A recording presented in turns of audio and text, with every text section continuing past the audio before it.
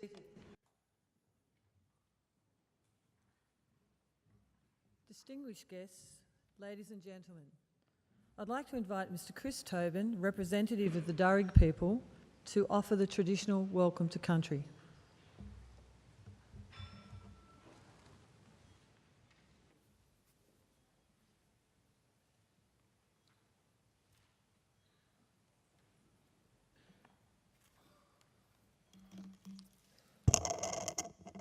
Thank you.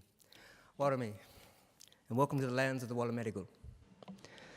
I belong to one of the local Aboriginal families of the Darug people, the traditional custodians over this part of the country. I wish to thank the University for their acknowledgement of us and for the invitation to welcome you all here today.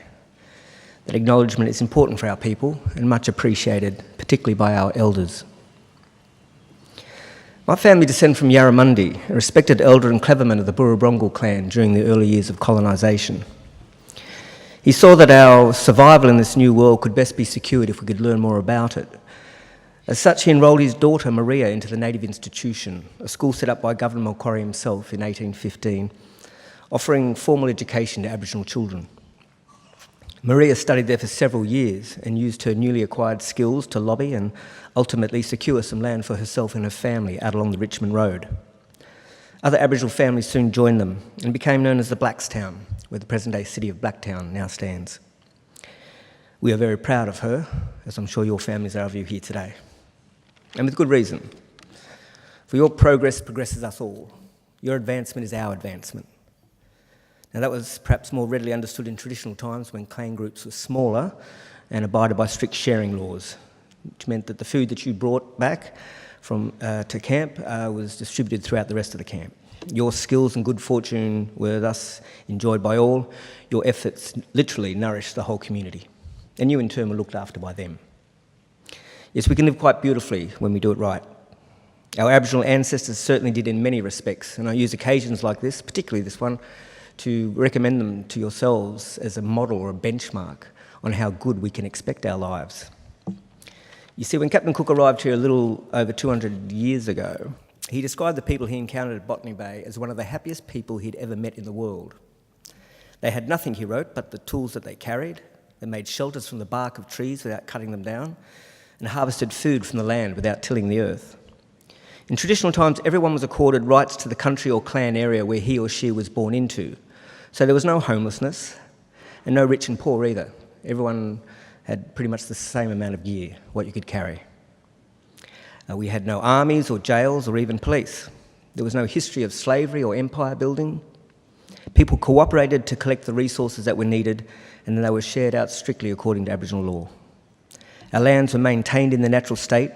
Rivers were clean and unpolluted, with people drinking out of them as they have done here for the past 20,000 years. Now remember, this is not an ideal. This was normal life. And there's no reason why we should expect less for ourselves and our children than what our ancestors enjoyed. Admittedly, there's a lot more of us, so we've got to get really clever. But I would say expect great things from your life and do great things and share your skills with the rest of us. I think together we can put together a future and a country that's worthy of our children. We've done it before and we can do it again. We can all do our bit. I'll do mine now by getting off and letting you good people graduate. I just want to say congratulations to all of you and all the best in our collective futures. Thank you. Welcome to country.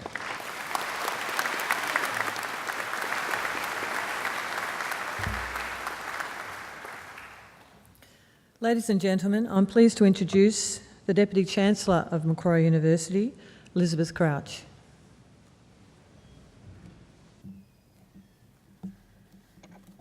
Thank you, Chris, for your wonderful welcome to country. Graduands, ladies and gentlemen, boys and girls, it is my great privilege as Deputy Chancellor of Macquarie University to preside at this very important ceremony today. First, I welcome all of our graduands. I hope that this will be a very happy and memorable occasion for all of you. You deserve to take great pride in your graduation today. Completing a degree is never easy. You need determination and perseverance. You need an intelligent and inquiring mind. You need to make many sacrifices. But that hard work has paid off, and I congratulate each and every one of you on your achievements. Today, I also want to especially welcome those of you who are sitting behind and beside our graduates, because you've all done well too.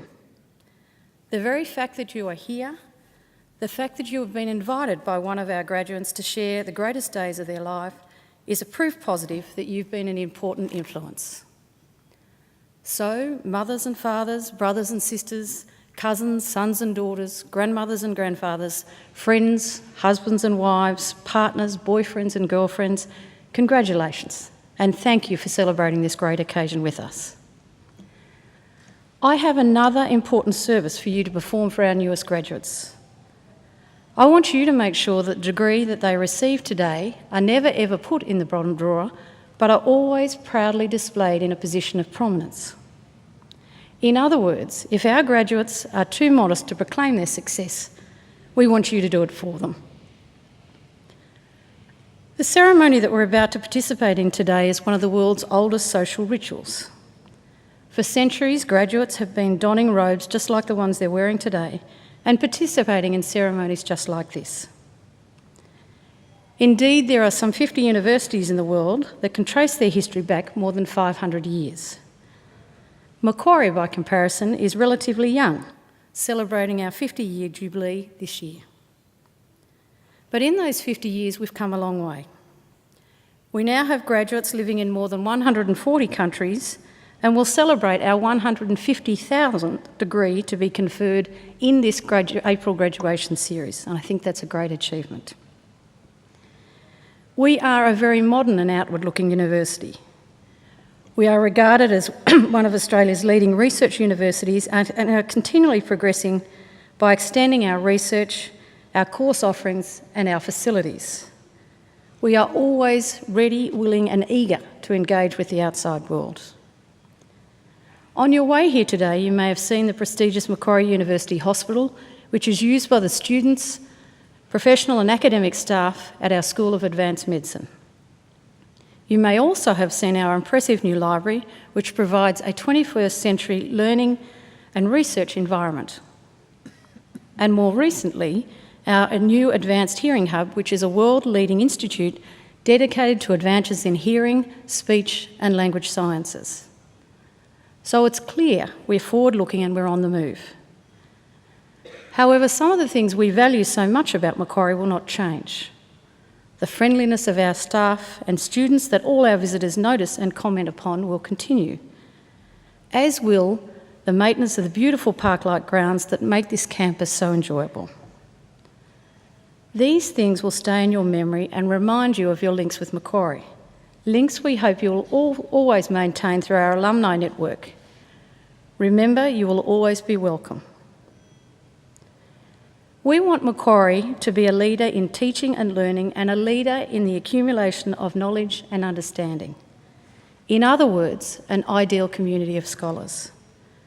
And in just a few minutes, it will be my very great honour to confer your degrees upon you and welcome you as lifelong members of that community of scholars we proudly call Macquarie University.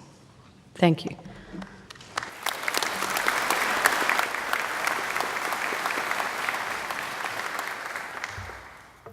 Deputy Chancellor, I call on Mr Scott Grierson, who's graduating today with a Doctor of Philosophy, to speak on behalf of the graduating group. Mr Grierson.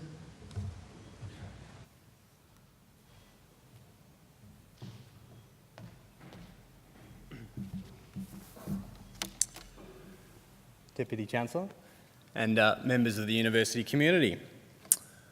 About halfway through my PhD, I came across a 2005 paper by Venturi, Balzani and Gandolfini from the University of Bologna, describing the life and career of Giacomo Chimichon, Professor of Chemistry at the same institution from 1889 to 1922. They reflected in their work that, inspired by the ability of plants to make use of solar energy, he was the first scientist to investigate the photochemical reactions in a systematic way, so that he is now considered a pioneer of modern photochemistry.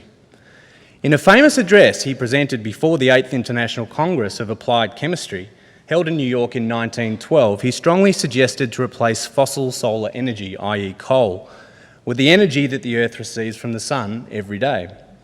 To use Chimichon's own words, On the arid lands, there will spring up industrial colonies without smoke and without smokestacks.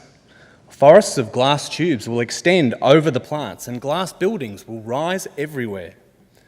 Inside of these will take place the photochemical processes that hitherto have been the guarded secret of the plants, but that will have been mastered by human industry, which will know how to make them bear even more abundant fruit than nature. For nature is not in a hurry and mankind is. And if in a distant future the supply of coal becomes completely exhausted, civilization will not be checked by that, for life and civilization will continue as long as the sun shines. This in 1912, quite remarkable foresight. So there was I, a century later, investigating the prospect of industrial cultivation of marine microalgae in the desert for the production of renewable oil, gas and char. So you can imagine how at once crestfallen and yet inspired I was to see that I was in fact behind the eight ball, but treading in truly great footsteps. How true is that saying that there are really no new ideas in this world? In any case, the irony of creating new knowledge as a doctoral student, which by definition one is expected to do, is that we are all in fact standing on the shoulders of giants, as Google Scholar happily reminds us every time we use it. To this end, I believe I was extremely fortunate to have cut my teeth in the former Graduate School of the Environment and have been regularly fascinated and inspired by the giants in our midst, some of whom are here today.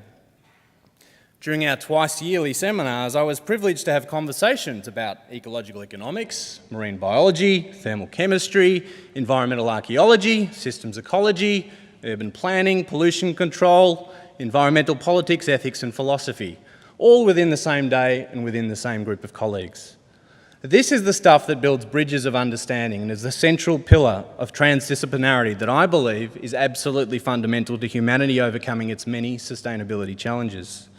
While we absolutely need specialists that operate in their own drill holes, society desperately also needs the systems thinkers that are willing and able to connect the dots, and I feel extremely fortunate that Macquarie University has offered me a formidable environment in which to explore in this way. I won't bore you with the details, but I reckon I could write the book on how not to do a PhD. What do you reckon, Peter? Trish, if she was here? It had everything, including a python dropping out of the ceiling and almost into my lap at home on Magnetic Island as I was finalising the manuscript and supervising research at James Cook University. Suffice to say that this degree, for me, was a colossal life and project management exercise. At a critical point, when all was somewhat in the balance, truth be told, I was working full-time in Melbourne and really struggling to maintain momentum in my research on a part-time basis. I would take time off work, drive up the Hume, camp at Lane Cove National Park, stand in my lab coat and wonder if it would ever end. I genuinely considered dropping out. Incidentally, around the same time I came across Jamishin's story, but decided to sit down with my then boss, the Managing Director of Parsons Brinckerhoff, Dr. Jim Mantle, himself a chemistry PhD at one point, to ask his advice. When I asked him whether I should go on and finish, he essentially said that, as it was, well, he couldn't really remember the details of his own thesis at all these days. But, well, this wasn't the point. The capacity to hold an idea and to work through a complex, often lonely and laborious investigation spanning years, with limited direction and only the inspirations of giants past and present to guide you, represents something truly remarkable and satisfying, and he would do it all again. So, I say thanks today to my own giants, including those here at Macquarie, especially my supervisor, Associate Professor Vlad Strezov, himself a giant in more ways than one, and all those who have gone before across the ages. To all graduates here today, I ask you to reflect on your own giants, to revel in what this graduation milestone represents for you now and for your future careers, and I wish you all the very best in the task of becoming a giant yourself one day. Thank you very much.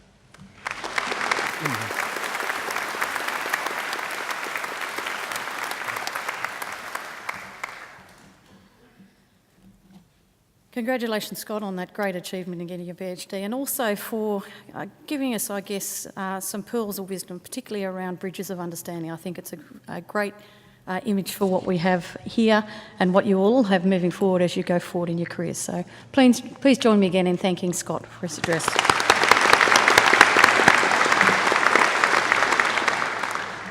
As Deputy Chancellor of Macquarie University, I especially look forward to presiding at ceremonies such as today's and conferring degrees and diplomas on those who have complied with the university's requirements for such awards.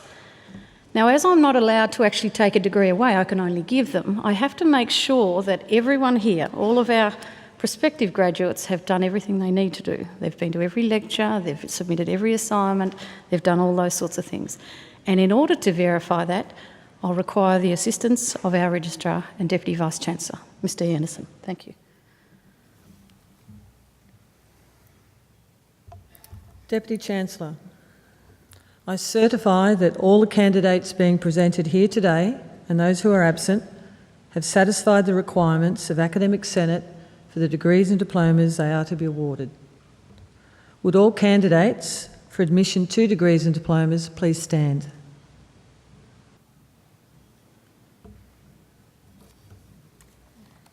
In the name of the Macquarie University Council and by my authority as Deputy Chancellor, I admit each of you present and those absent the degrees and diplomas for which you have qualified. Please join me in giving them a round of applause.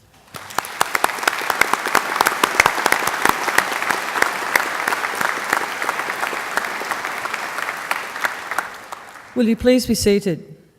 Deputy Chancellor, the graduates at this ceremony are from the Faculty of Science. This faculty teaches courses and conducts research about people and our physical environment. It is the home to a number of internationally recognised research centres. It has close links with industry and is building firm future partnerships both locally and internationally with major companies. The faculty includes research and study areas in biological sciences, chemistries, biomolecular sciences, chiropractic, computing, earth and planetary sciences, environment and geography, mathematics, physics, astronomy, engineering and statistics. Deputy Chancellor, I now call on Professor Peter Nelson, Acting Executive Dean of the Faculty of Science, to present the graduates. Professor Nelson.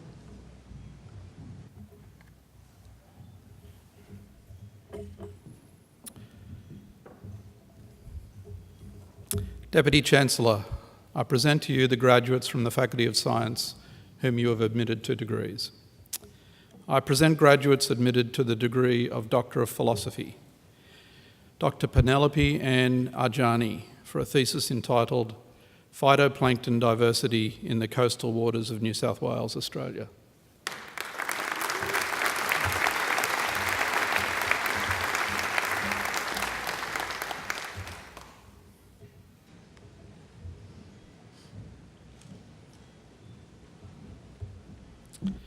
Dr. Alexander Bush for a thesis entitled Impacts of Climate Change on Freshwater Macroinvertebrates and Conservation Prioritisation.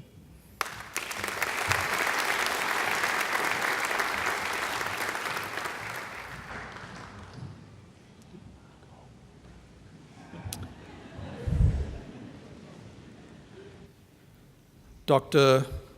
Nicole Marie Cordina for a thesis entitled Structure and Dynamics of Cardiac Troponin, a Paramagnetic Relaxation Enhancement NMR Study.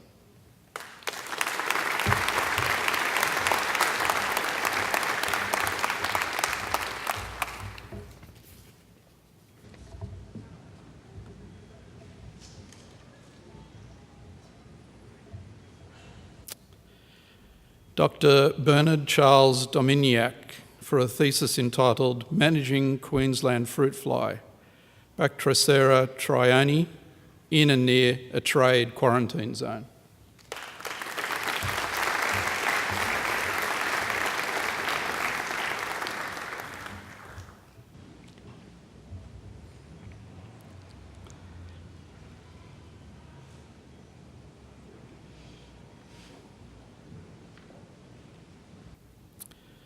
Dr. Joshua Michael Edwards for a thesis entitled Differential Responses to Oxygen Deprivation in Rice Coleoptiles.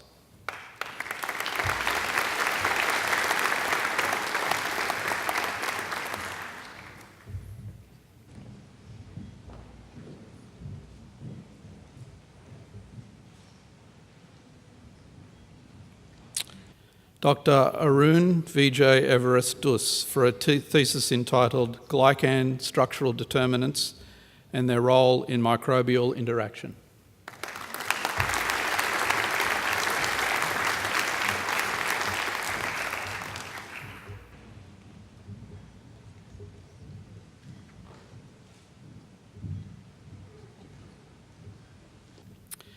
Dr. Scott Adam Fabricant for a thesis entitled Causes and Consequences of Colour Variation in Tetrachoris diophthalmus.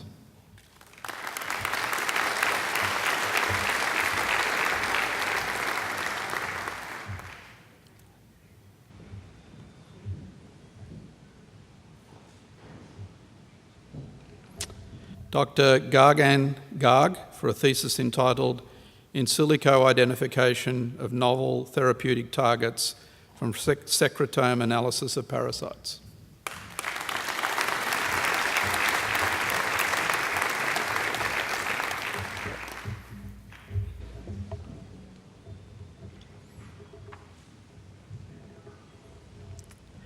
Dr. Scott Richard Grierson for a thesis entitled A Systems Approach to Thermochemical Conversion and Carbon Sequestration from Microalgae.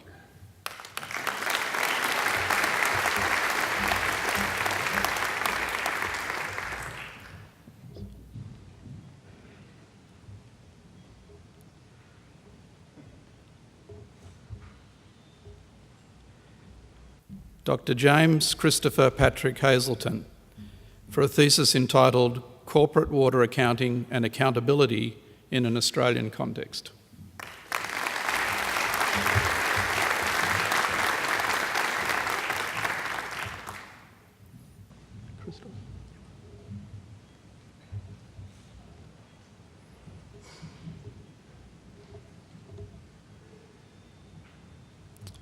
Dr. Christoph Crisp, who studied under a co-tutel joint PhD agreement with Ruhr Universität Bochum in Germany for a thesis entitled Proteomic Profiling of Exudates from Diabetic Foot Ulcers and Acute Wounds using mass spectrometry.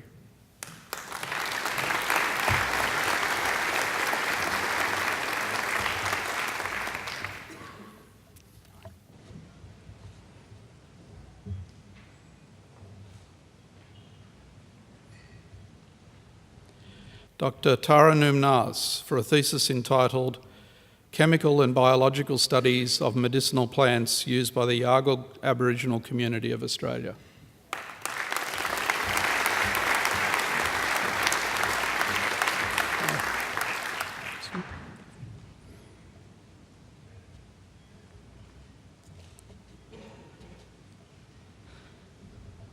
Dr. Carly Ann Nielsen, who has been awarded the Vice-Chancellor's Commendation for a thesis entitled Quantitative Proteomic Analysis of Cold Stress in Rice.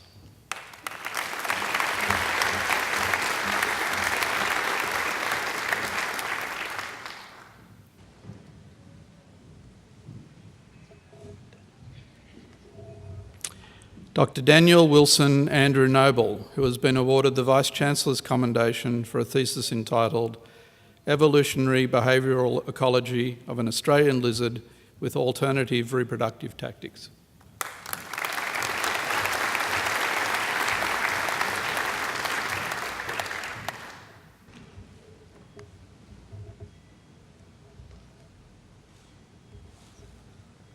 Dr. Sarah Allison Randall for a thesis entitled Plasma Protein Biomarkers of Chemotherapy Response in Colorectal Cancer.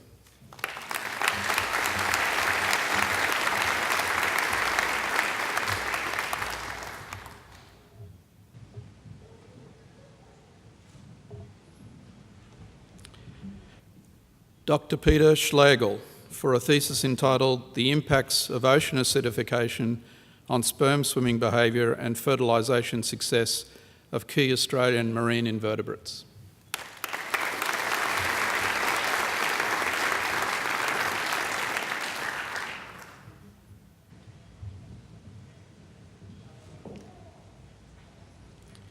Dr. Eirik Sovik for a thesis entitled Reward Processing and responses to drugs of abuse in the honeybee, Apis mellifera.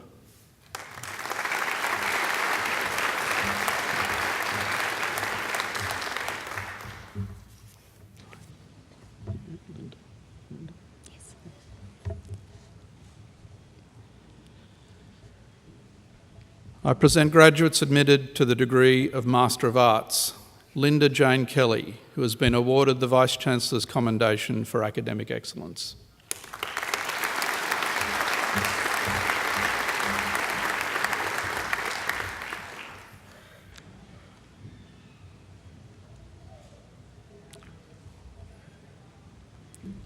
Ian George Massingham.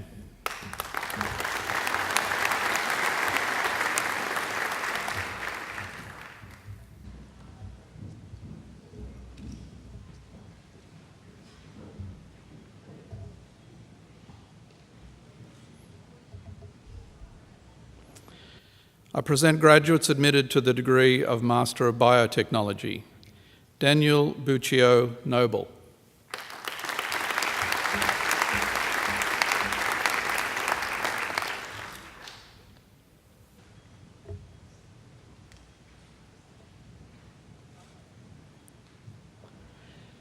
Michael James Simmons, who has been awarded the Vice-Chancellor's Commendation for Academic Excellence.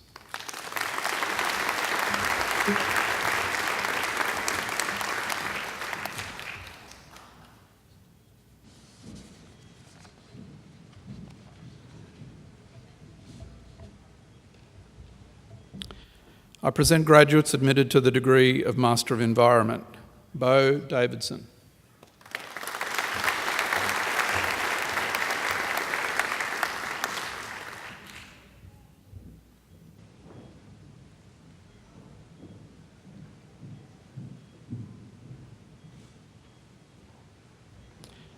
Andrew John Keane.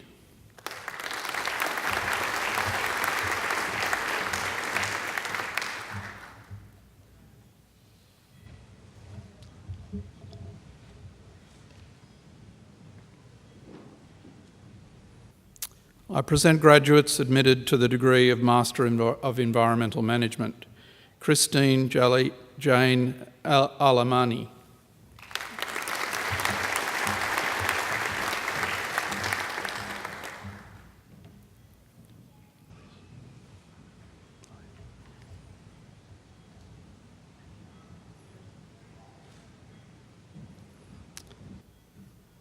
Olesya Stanislavovna Latsovda.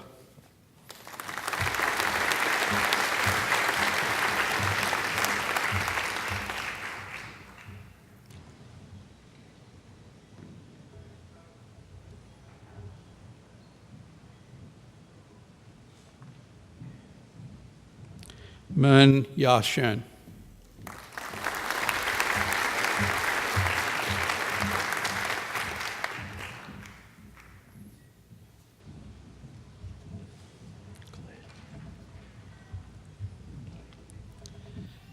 I present graduates admitted to the degree of Master of Environmental Planning, Claire Suzanne Hodson.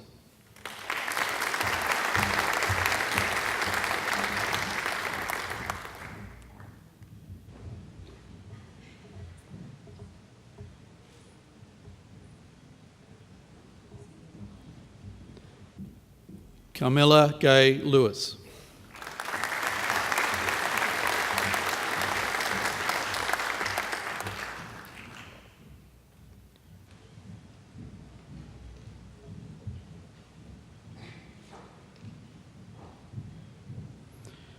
Hui Jing Liang.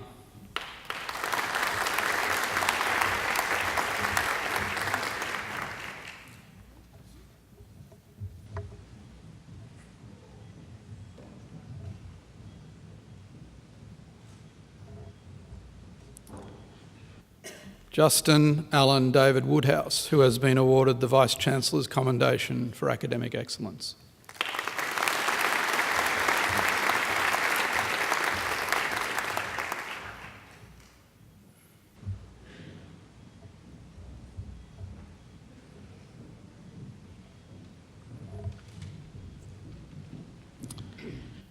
I present graduates admitted to the degree of Master of Environmental Science. Neil Douglas Ramsey, who has been awarded the Vice-Chancellor's Commendation for Academic Excellence.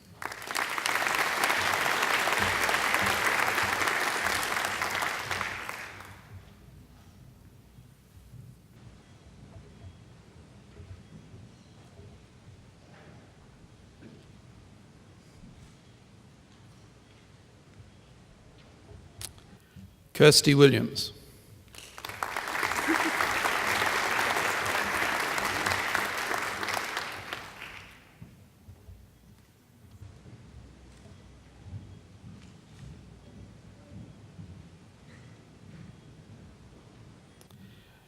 Jojo.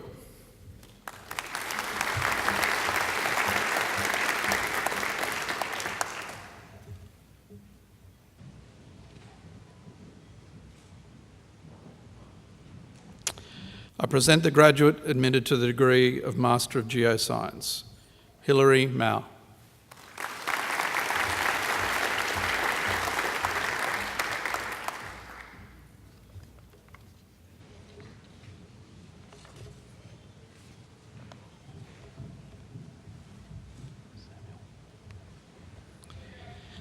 I present the graduate admitted to the degree of Master of Marine Science and Management, Samuel Scott Brown.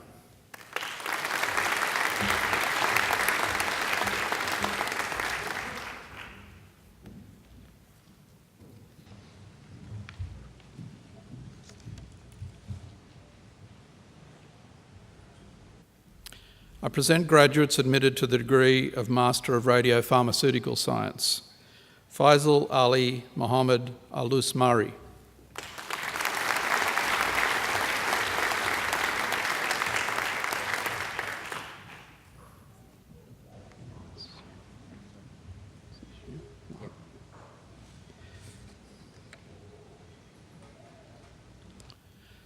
Mohammed Omar Arinadi.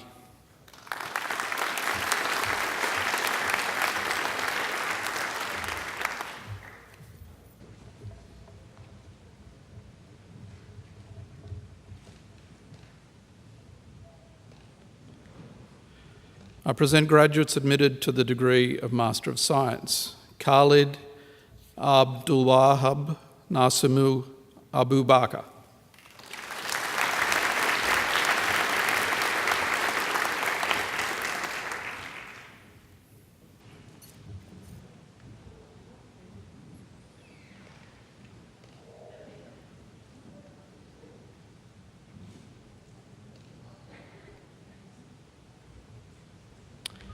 Hayley Jacqueline Burtonshaw.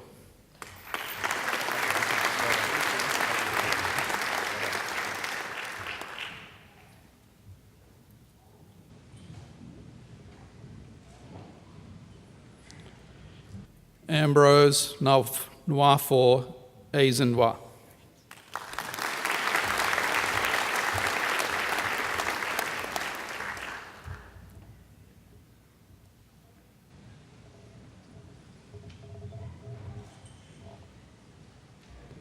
Anthea Whitlam.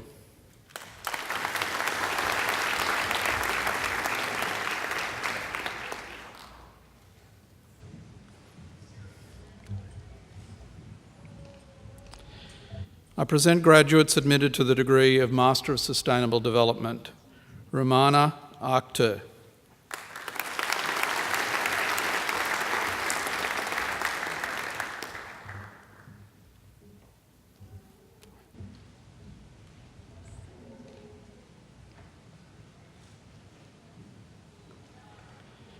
Francisca Daniela Alvarez.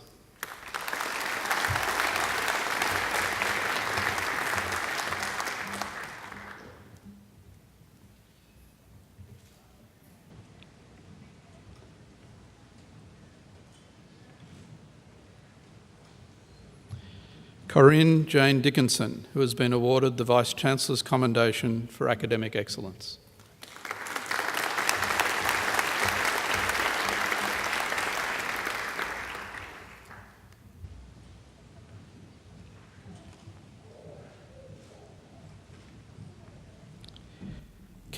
Caetano Mantovani.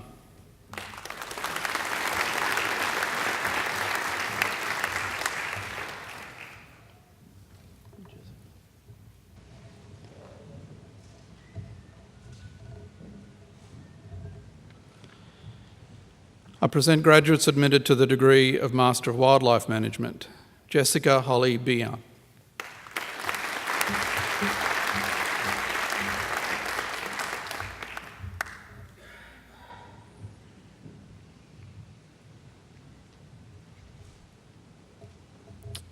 Justin Anthony Clark.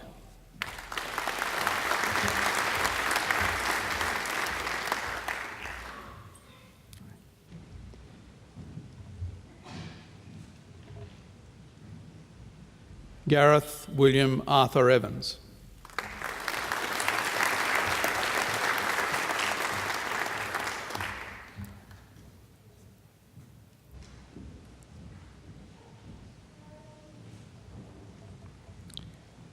Christine Petter Polletz.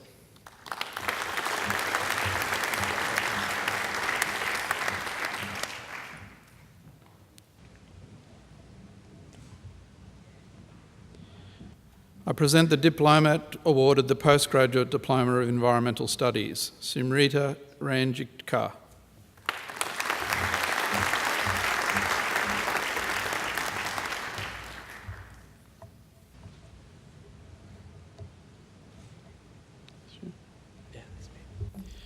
I present the graduate admitted to the honours degree of Bachelor of Environmental Management with first class honours, Christopher Wright.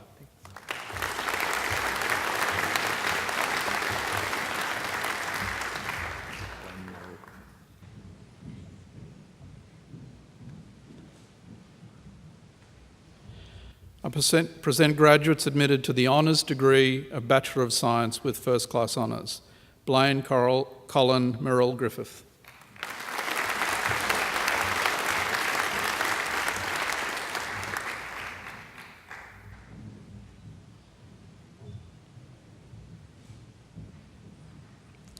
Cameron Perks.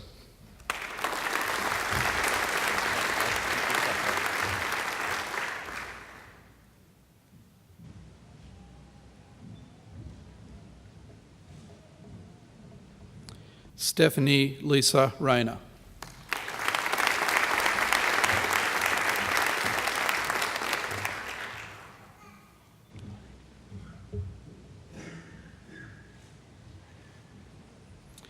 I present graduates admitted to the honours degree of Bachelor of Science, Christina Louise Gordon.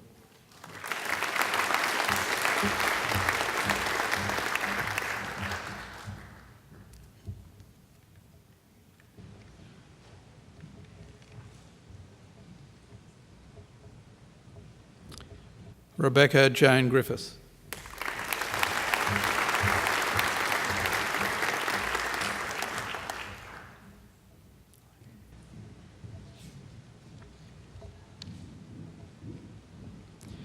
I present graduates admitted to the degree of Bachelor of Arts with the Bachelor of Science, Sarah Louise Barker.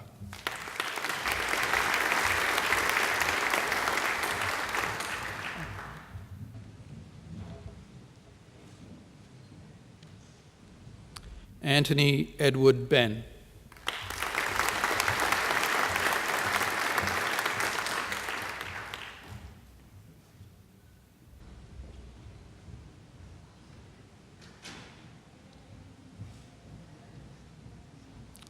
Olin Cox.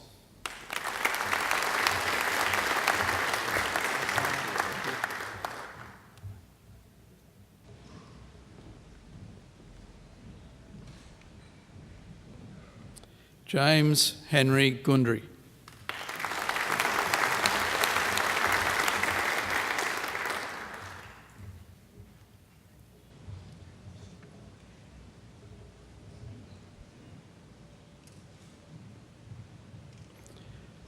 Duncan Alexander Hickey.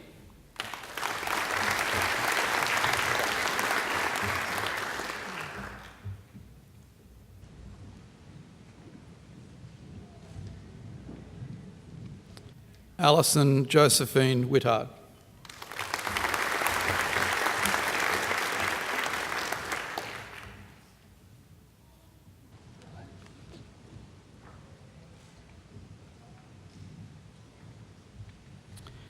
I present graduates admitted to the degree of Bachelor of Advanced Science, David Eric James Alberson.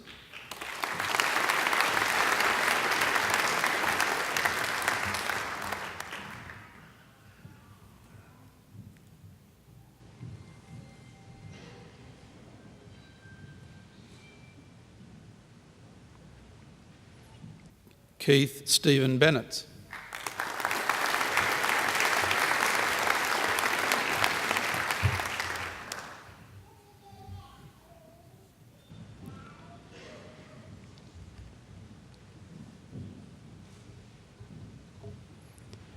Nathan John Camilleri.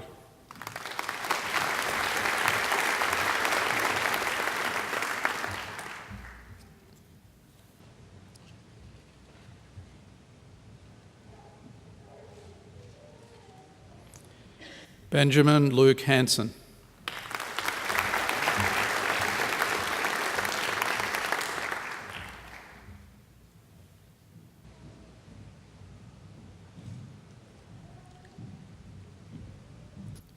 Daniel John Wright.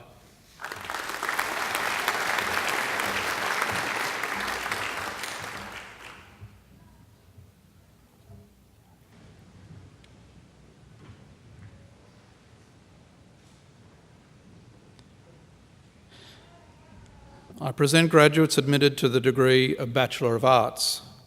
Tanya Armanovich.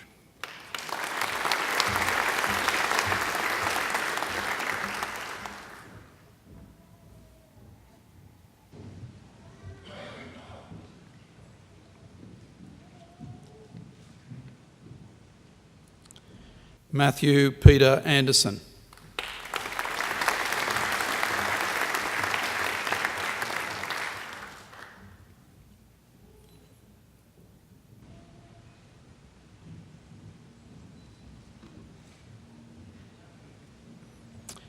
Amy Burgess.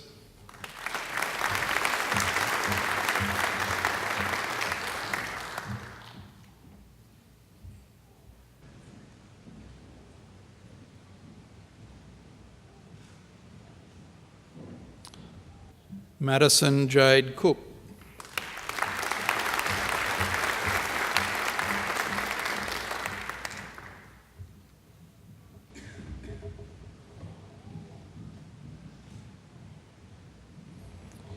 Rachel Haller.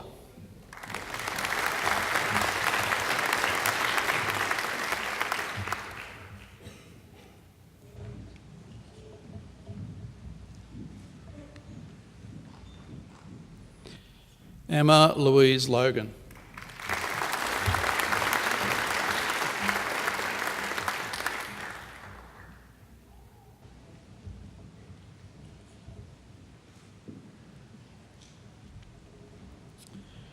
Urania Mihus.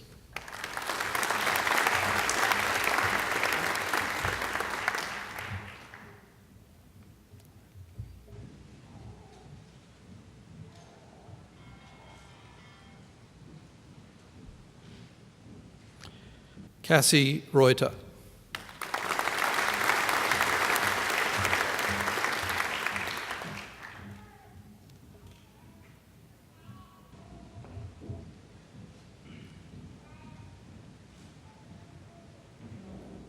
Naomi Lee Thompson.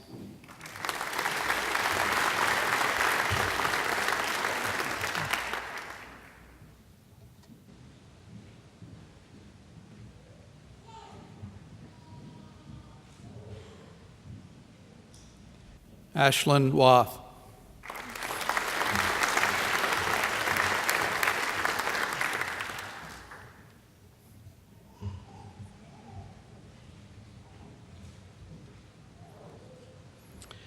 I present graduates admitted to the degree of Bachelor of Biodiversity and Conservation. Rebecca Amy Ashley.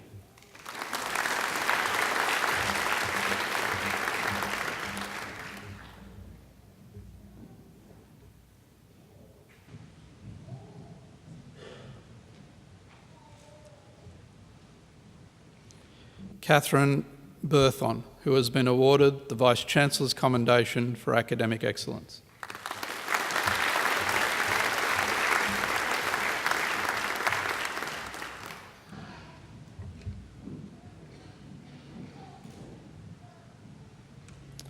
Alicia Jane Crofton.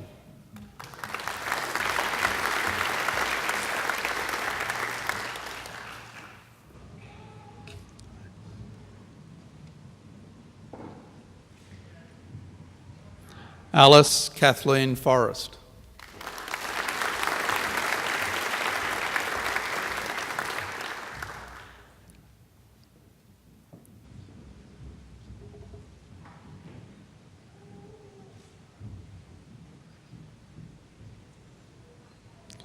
Sala Porter.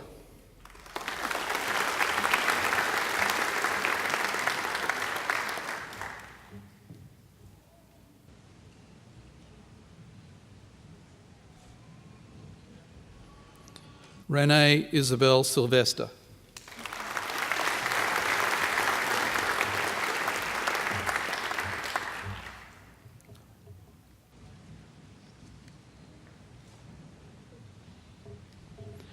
Ellie Zoma Todd.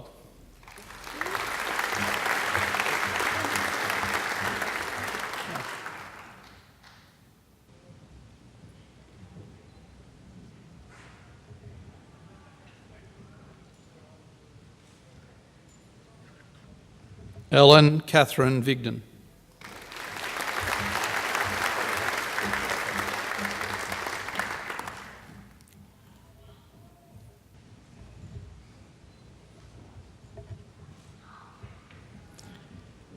I present graduates admitted to the degree of Bachelor of Environment. Rosemary Grace Allen.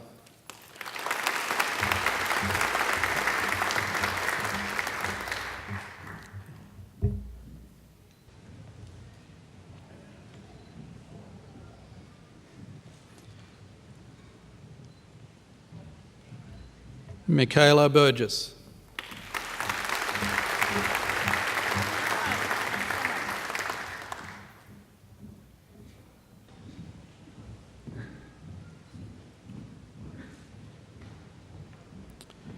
Shirley Ting Chow.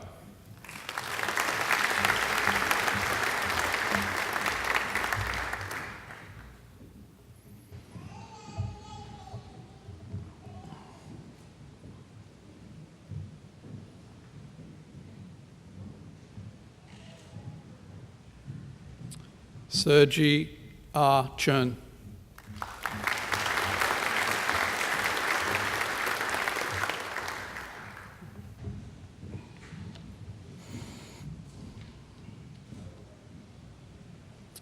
Anne Elizabeth Dudley.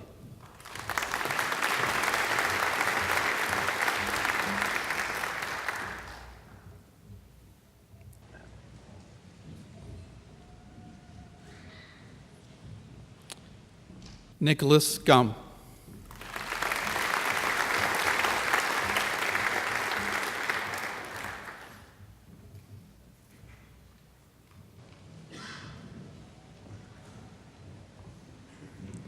Jennifer Ann Hallett.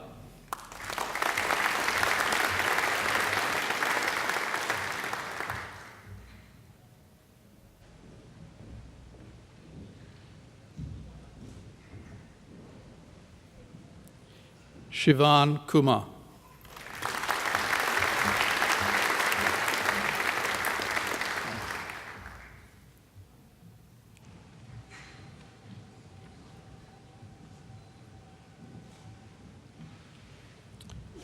Christopher McDowell Little.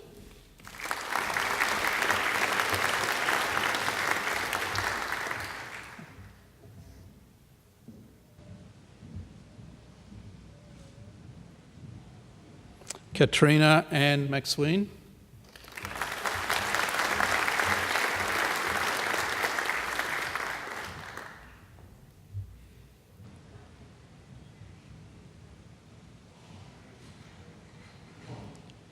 Yogesh Vashvin Nair.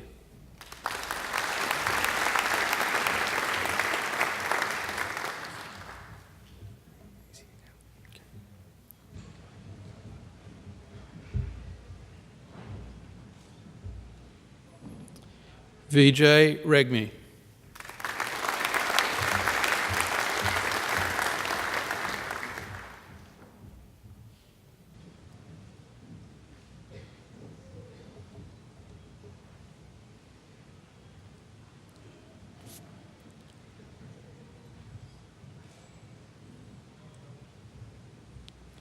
David Lindsay Rogers.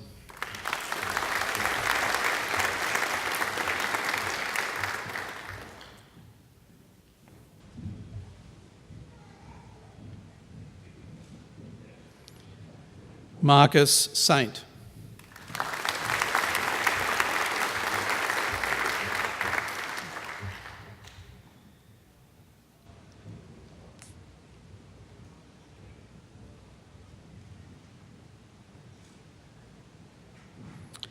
Albia Maria Thomas.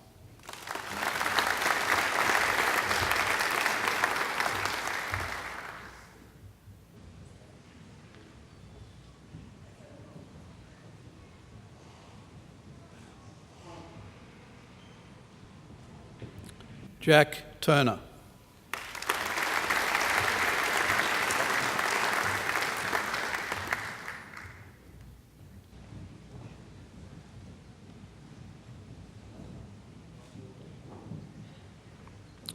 Julia Louise Wiley.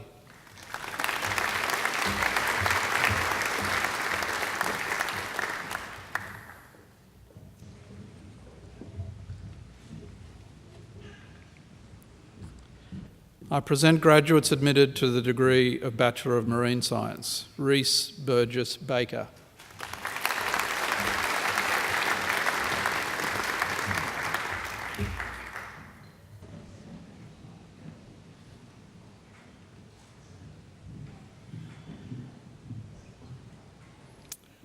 Catherine King.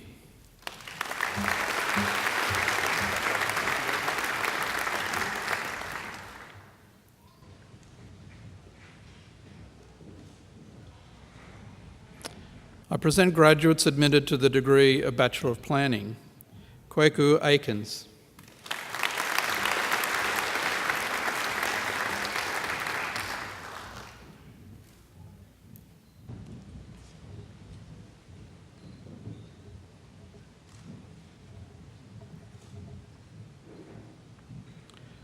Lawrence Timothy Corjukes.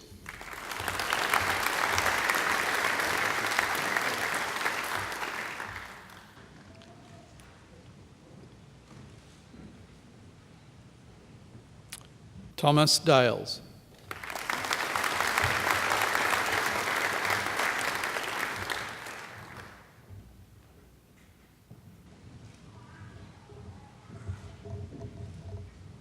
Stephen Gregory Dobbs.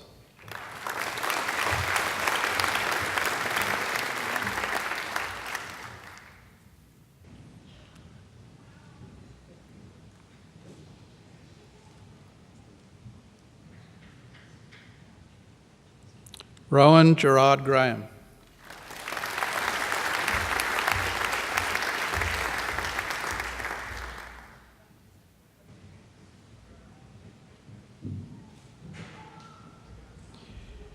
Xiao Feng Nathan Lee.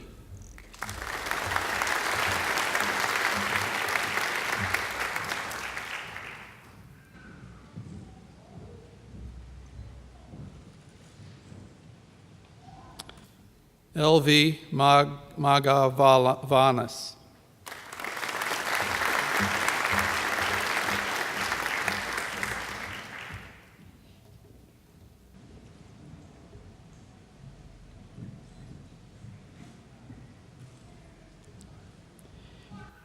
Candice Bromwyn Pont.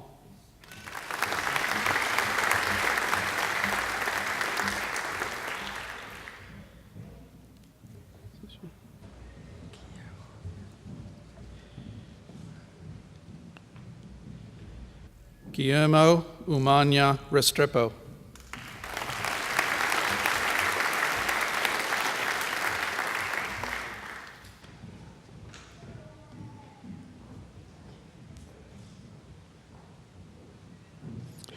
Ian William Watt.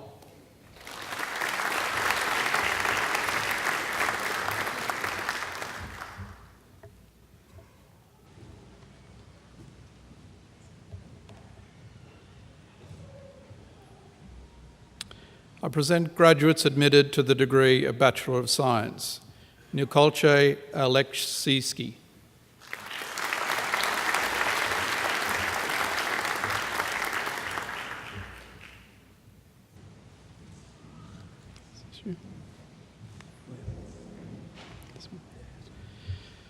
William Francis Barber.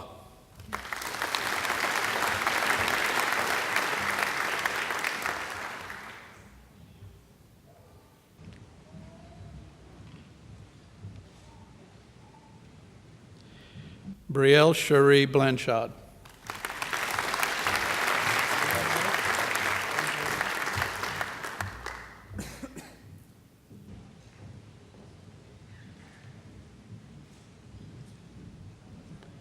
Benjamin Brown.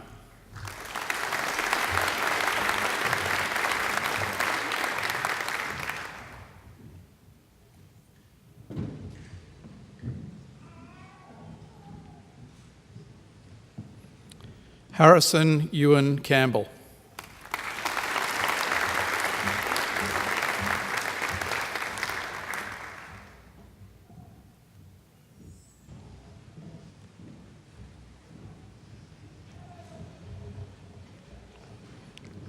Scott William Chan.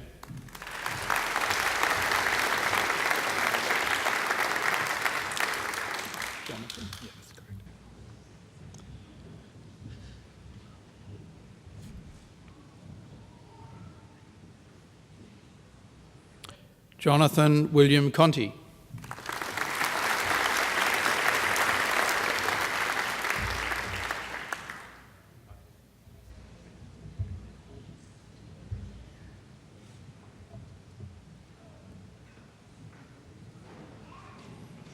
Simon Hugh Cook.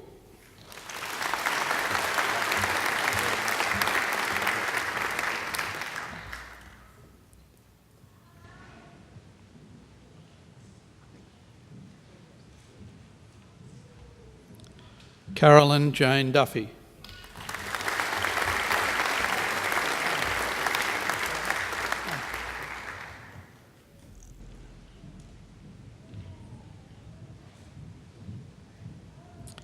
Sonia Anastasia Fisher-Dobbin.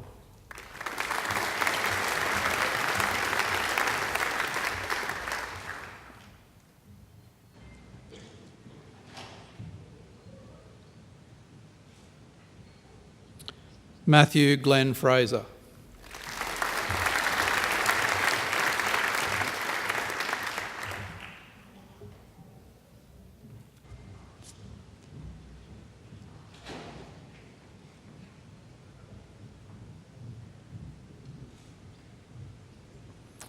Kirsten Brenda Gadsby.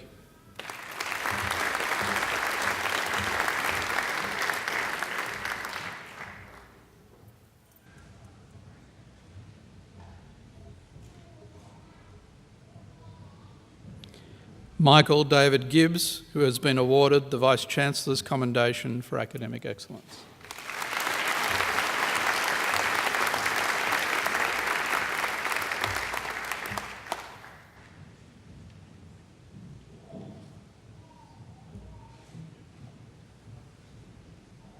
Nathan James Green.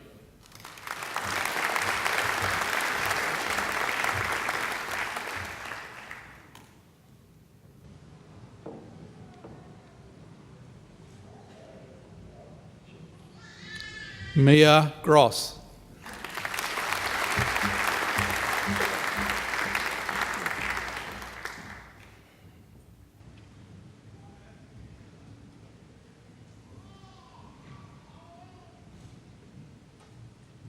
Dian Andy Gu.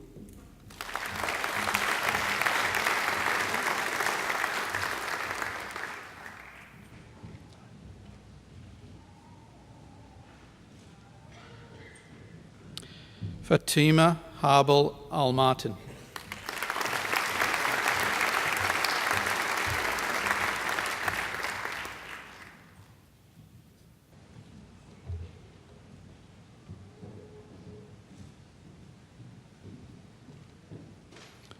Benjamin Lee Hamilton.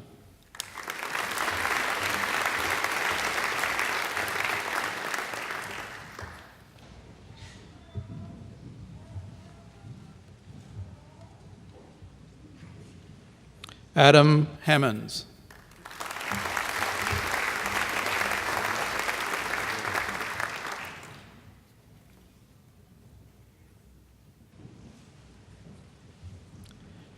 Melanie Haycroft.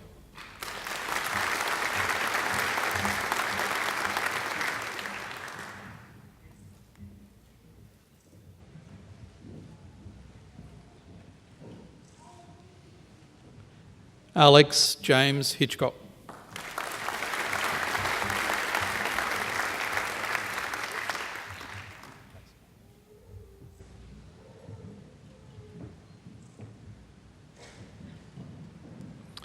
William Shin.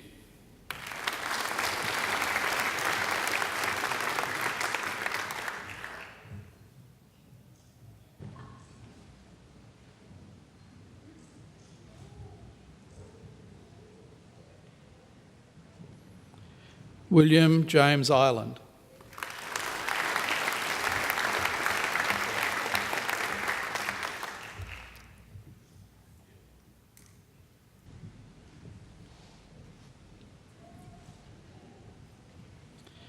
Anthony William Larnati.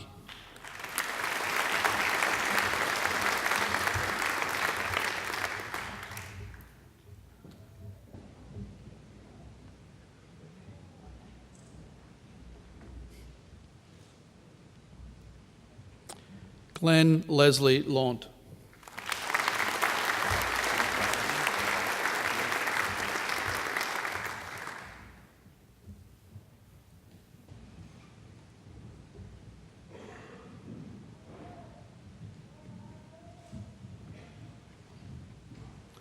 Alexander Steven Lermenia Zayth.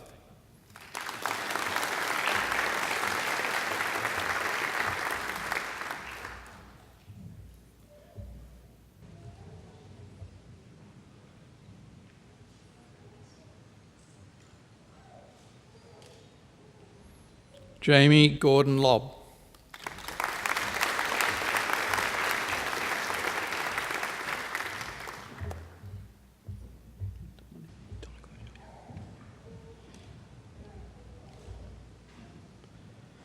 Dominic Yves Logul.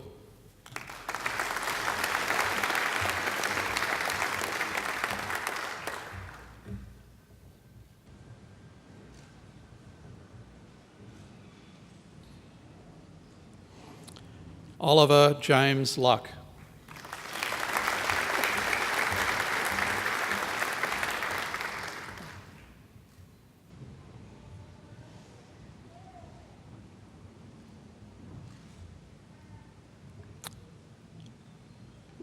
Rebecca Kate Luckman.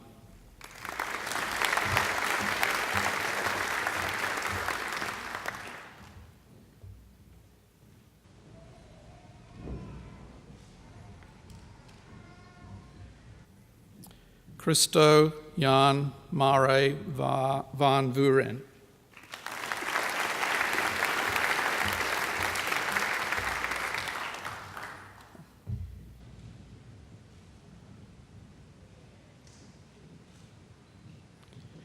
Damien Nicholas McCarthy.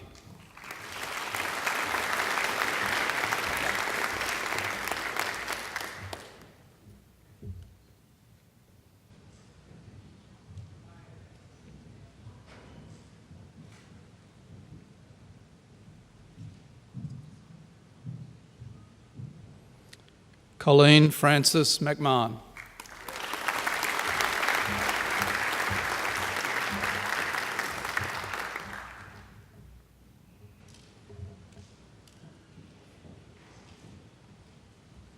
Uvana Lorraine Meek.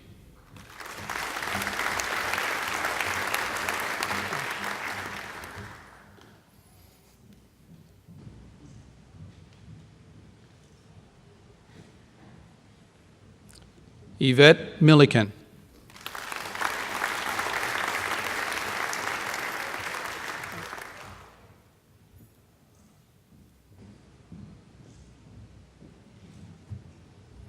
Simon Anthony Mould.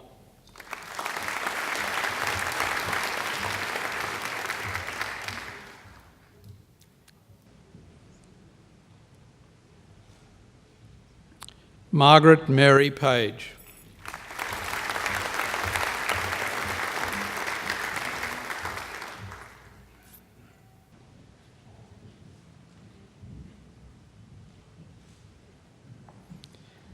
Benjamin Ollie Patterson.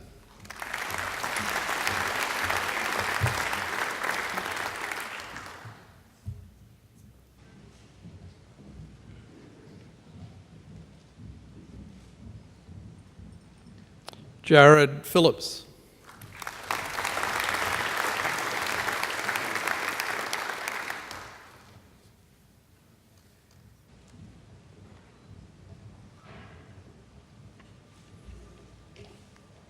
Christopher Raymond Steele.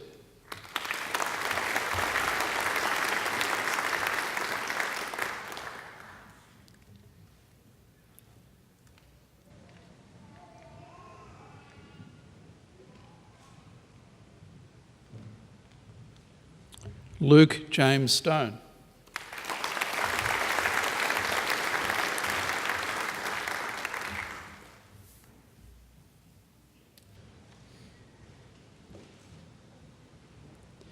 Benjamin Claude Thomas.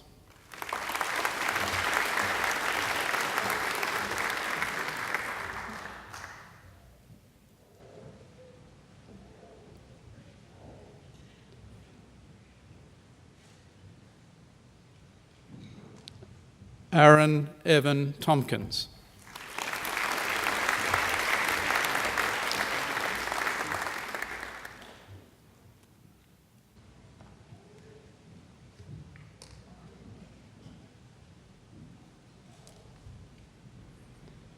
Joshua Adam Tomset.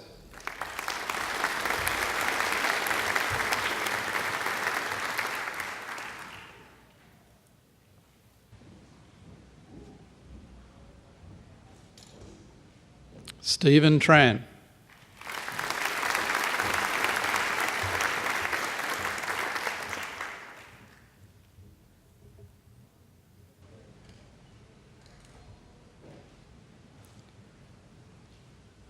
Jason Trio.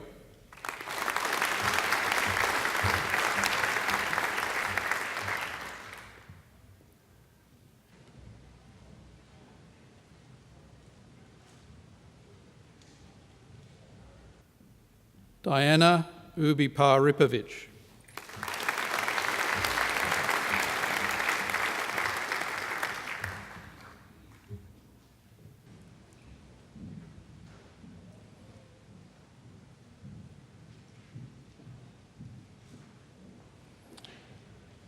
Michelle Suzanne Vetse.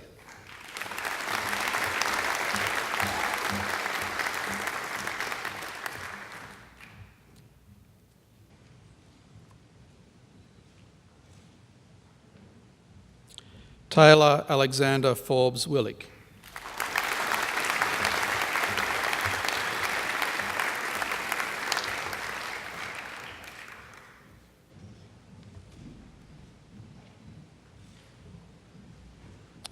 Deputy Chancellor, that completes this afternoon's presentation of the graduates from the Faculty of Science.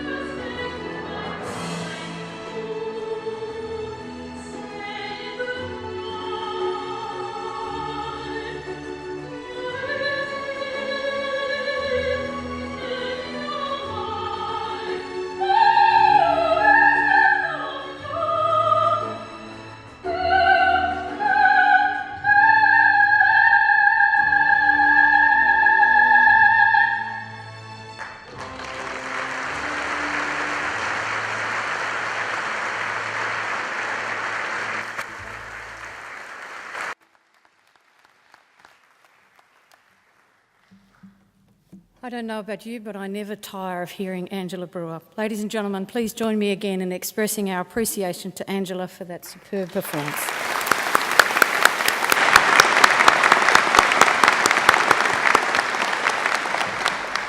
And while we're at it, please join me in thanking our musicians, organist Dr. James Forsyth,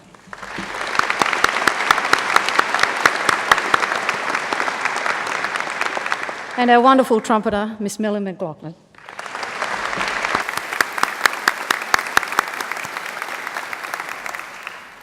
I would also like to take this opportunity to thank the representatives of our alumni community, many of whom have come today to help you celebrate this occasion. They're the people who have the Ask Me badge on the front of their robes, and they perform such a valuable service not only for you but for this university. So please join me in thanking the members of our alumni.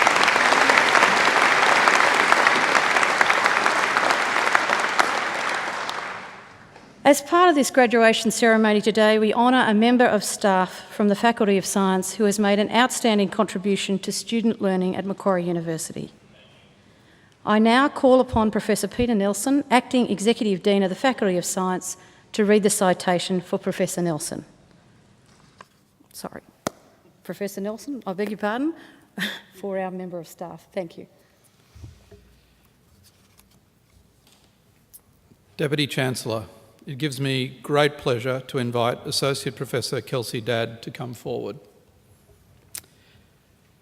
Associate Professor Kelsey Dadd is a 2013 winner of the Vice-Chancellor's Citation for Outstanding Contribution to Student Learning, for leading learning and teaching in science and instilling confidence in staff to undertake their own research and legitimising education research in science.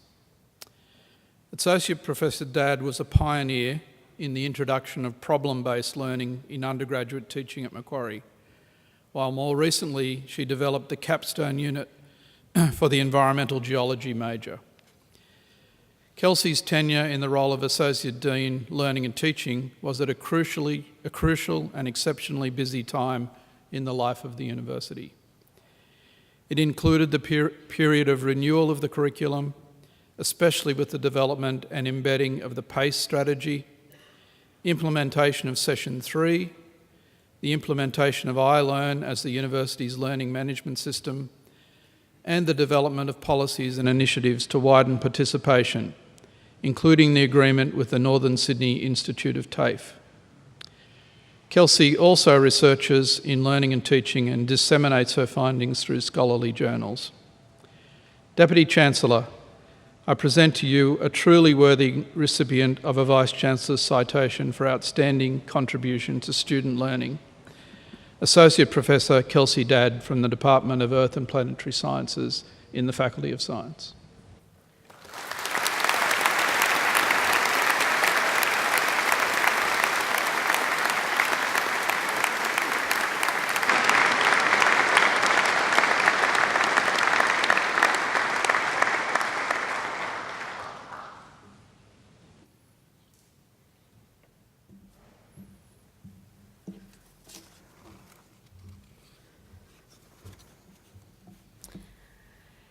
It is now my pleasure to introduce our occasional speaker, Dr. Duncan Veal.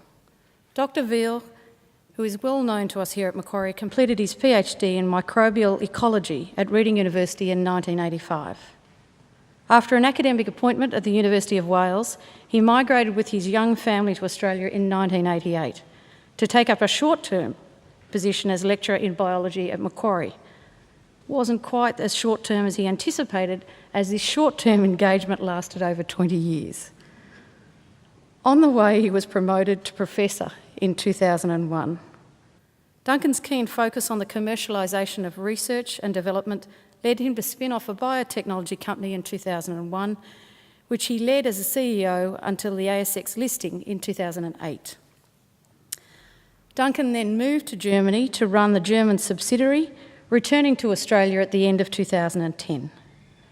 Since that time, he has been responsible for commercialisation and as the processor research and development for the meat and livestock Australia.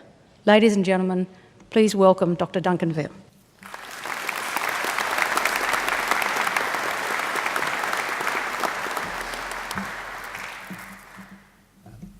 Deputy Chancellor, Deputy Vice-Chancellor, faculty staff, distinguished guests, graduates, and what I can see, very proud families.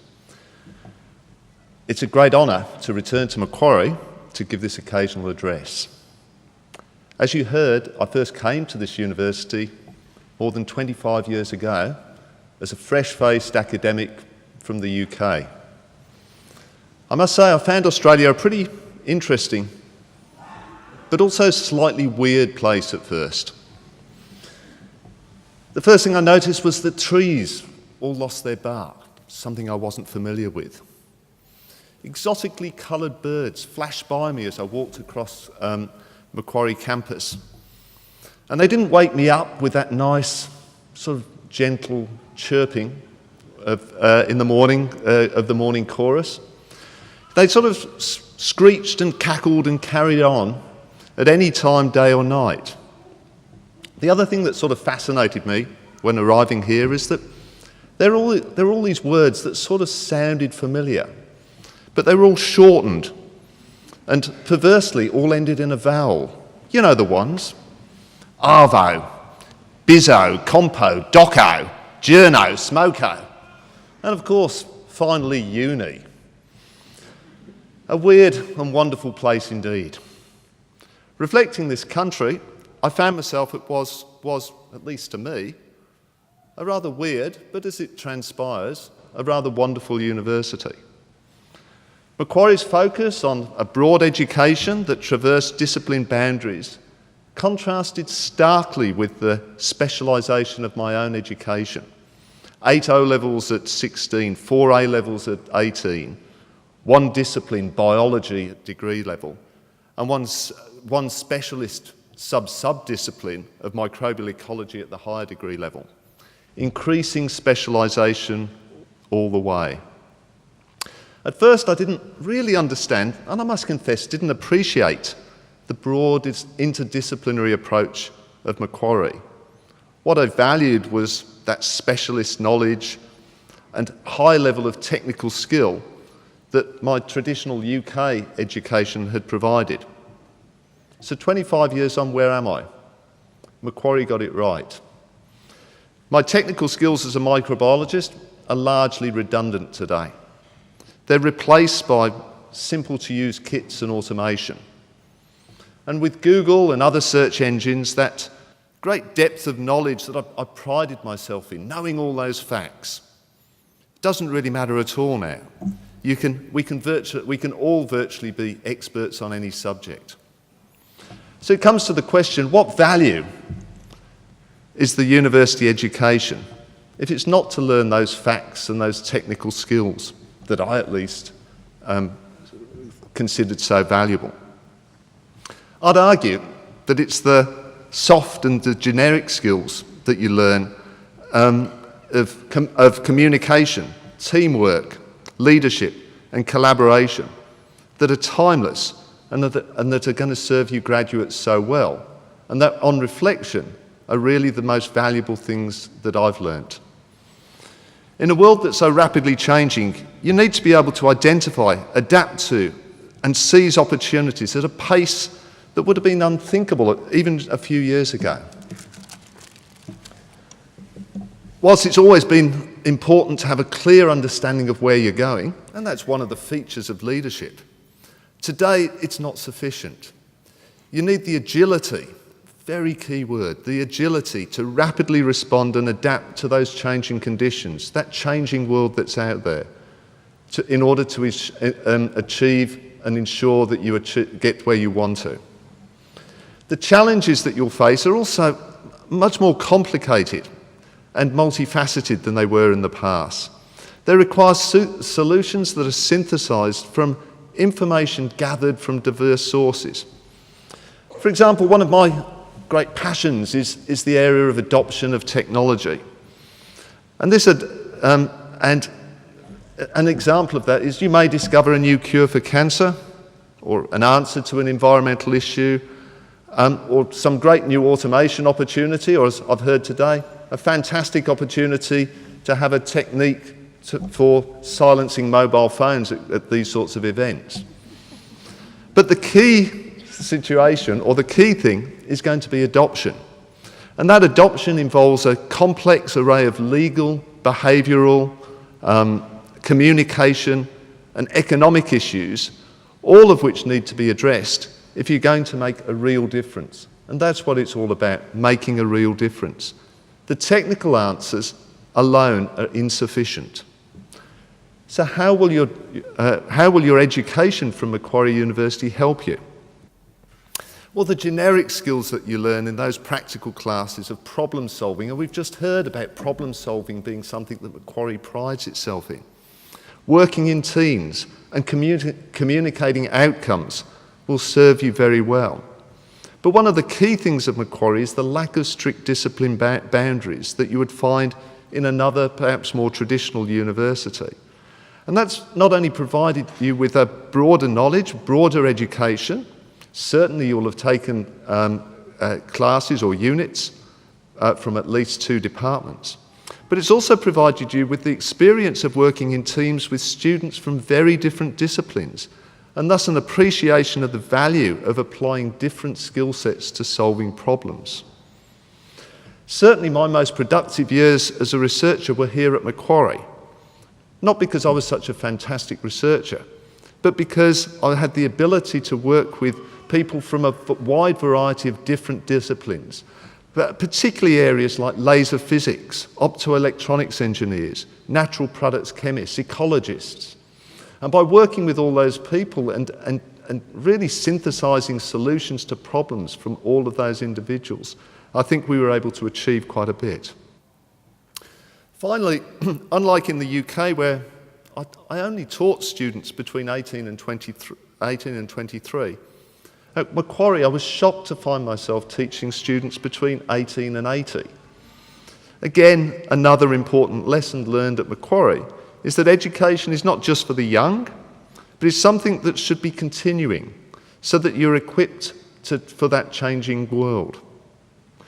These are just a few areas where I feel Macquarie got it so right 25 years ago, and where the degree that you've just received today will serve you so well. It's a wonderful, diverse, and sometimes weird world out there, a world your Macquarie degree has set you up well to exploit. Thank you.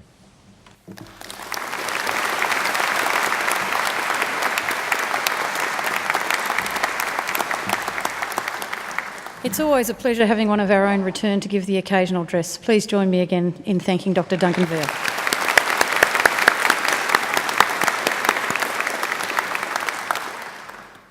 Graduates, this ceremony marks the end of your relationship with Macquarie University, but it is certainly not the end of your association with us. From today and for the rest of your lives, you are part of that bigger Macquarie family, which is our alumni, and part of a network of more than 150,000 Macquarie alumni graduates spanning the globe. We'll keep in touch with you through our Alumni Relations Office and hope you will come back here to attend functions, to undertake more study, which I know several of you are, or simply to visit our beautiful campus. Graduates, the award of a university degree carries many opportunities and also privileges, but like all privileges, it also carries responsibilities. I urge you to commit yourselves to a program of lifelong learning and inquiry, to set ambitious goals for yourselves, and to continue the hard work that has already brought you so far. I challenge you to continue to exercise sound judgment and initiative, and to always be generous in offering practical wisdom to those you meet on life's journey. My hope is that as graduates of Macquarie University, you will use what you have learned not only for your own benefit, but also for the betterment of society. And in all you do, I charge you to uphold the good name of Macquarie University. I hope that you will also always remember the people who have helped you along the way, many of whom are here with you today. So to acknowledge their contribution and to thank them for it, I'm going to ask you to do a couple of things. First, I'd like all our new graduates to please stand up. Now I'd like you to place your testamers on your seats, turn around and face your family and friends and give them a hearty round of applause.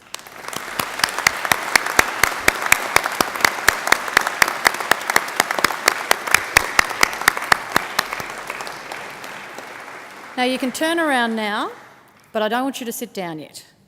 Here on the dais behind me are representatives of the academic staff who have supported you throughout your journey.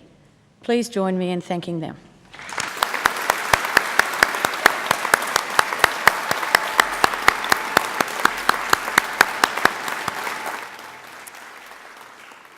The official party will now leave the graduation hall through the centre aisle and will be followed by our graduates. I'd invite you all now to please stand and remain standing until the last of the graduates has processed out. And then you're invited to join us down near the lake for a light refreshment. Now, wishing you the very best for your futures, I'll conclude with the words of an old Irish blessing. May the road rise up to meet you. May the wind always be at your back. May the sun shine warm upon your face and rains fall soft upon your fields. And until we meet again, may God hold you in the palm of his hand. Thank you.